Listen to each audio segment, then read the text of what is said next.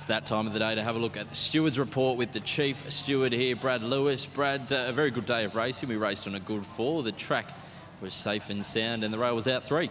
That's right, good day overall, Mark. Just a couple of minor inquiries through the day. We're looking at an incident in the last race there where Miss Warwick was almost dislodged. It appeared that runners up in front tiring back through the field, so that's being looked at now. Okay, and we'll get a full wrap of that later on the Chris website, of course. But let's get stuck into it. Race number 1, get the tab touch plate over the 1,000 metres. It was for the 2-year-olds, and Brad, there was Is That Right, slow into stride, and it finished 4th. That's right, lost a length at the start. Mark also held up on straightening until about the 250 metre mark. And Uncle Con, we saw, made good ground late in the race. It was held up in the early part and had to angle outwards across heels at the 100 to get clear. And also scintillating, got on heels at about the 50, was impeded there and had to be taken outwards. What about the favourite there, Brad? Sorry, you may have mentioned it, Masagi, fractured in the barriers before the start, and it raced as if it was hunted along the whole time. That's right, it was a little bit green, so some excuses there with it not being settled into gates 2, Mark. So, yeah, first start there, obviously, and when hit with the whip, shifted in ground quickly about the 50 metre mark. Race number 2 was the Perth Racing Membership Maiden over 1,200 metres. Get your memberships, perthracing.com.au. Brad, what do you see in the maiden? Blue Houdini layoutwards over the final 50 metres, went under pressure. Universal May held up, couldn't get clear in the early part of the straight. And Muscat was vetted after the race, Mark, slightly disappointing, but no, the melody's there. As we can see, Dolly May get the Jolly M get the job done there. Race number 3 was the Lavazza handicap over 1,500 metres. Verve de Vega was bumped at the start and race wide. That's right, also came back with some low-grade exertional heat illness, was the report from the veterinarians there.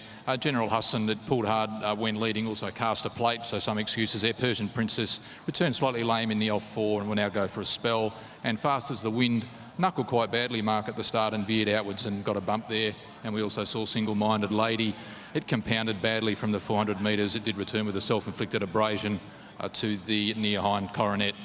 Race number 4 was the Heineken handicap over 1,400 metres, and Brad, there was a shoeing change before the race. That's right, Crown Lawyer just had the bar plate removed, so that information, as we do, Mark, is inspected and tweeted, of course, and also announced. The farriers are inspecting all runners on course, so that information came forward. Mr. Pannon, we spoke to Aaron Mitchell just about his tactics in the early part of the race, and runners quickly improved to his outside, so he felt his best opportunity to have the horse finish off the race was just to steady and let those other 2 runners cross. And out of the race point, it raced in restricted room at the 300 and got a steady and had to shift inwards at about the 150 metre mark.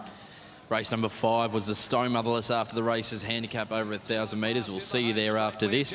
Brad, Jez Park, after being gelded, was slow away, losing a length. That's right, slow into stride there, and that put it back in the field.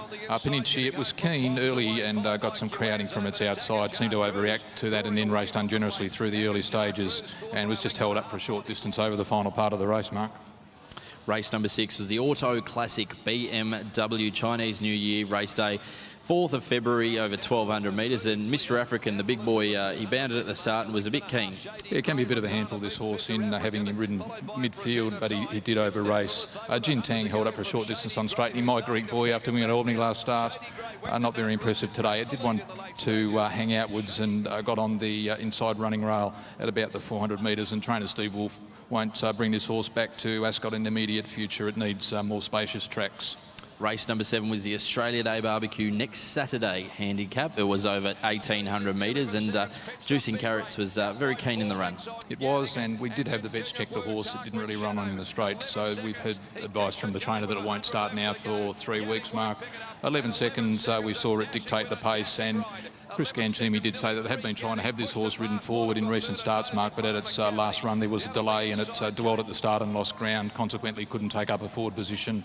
Today benefited from the increase in distance, was able to jump well from barrier 2, and we saw it lead and dictate the race, and that'll be the tactics in future with 11 seconds. And from the race, Indy Pacific was vetted, no abnormalities there, but it now will be sent for a spell.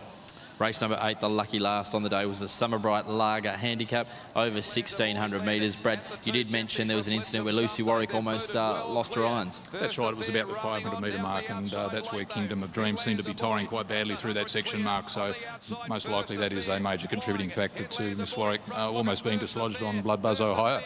Anything else out of that race, Brad? Nothing else at this stage? Not at this stage, Mark. We'll have the report up in the near future. Brad, anything? We'll quickly touch on actually the situation regarding William Pike and last week's ride on Dainty Tess. William has been suspended for 19 days.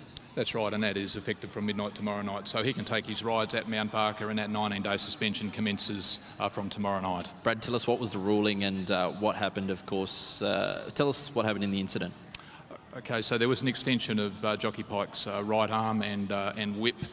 Jockey Pike explained that it is from his action and it's an endeavour to obtain balance when he is urging his horses forward very strongly with his left arm, and he feels that it's an unconscious act, but he had been spoken to previously about it, Mark. We told him to moderate his action and to make sure it didn't happen again. That was back in December, and of course it happened again on this particular occasion. We didn't feel there was any intent in it, that there was no contact, that Jared Noske spoke to the stewards immediately after the race and said there was no contact at all. It didn't affect his mount at all, so there was no effect on the result of the race. We felt it was a careless act, Mark, so hence the charge of careless riding and the 19-day suspension for carelessness. Wonderful, Brad. Thank you for clearing that up with us. It's been a wonderful day of racing here. Be sure to check the Chris website for further information on the Stewards report. Should be up there in about half an hour. Brad, you'll be joining us on the radio tomorrow morning to talk through the Stewards report again and anything else, any updates to come out of the last race and, of course, the rest of the race day. That's right, mate. We'll talk in the morning. Thank you to everybody here at Ascot Racecourse for joining us on a wonderful day here. We look forward to seeing you next.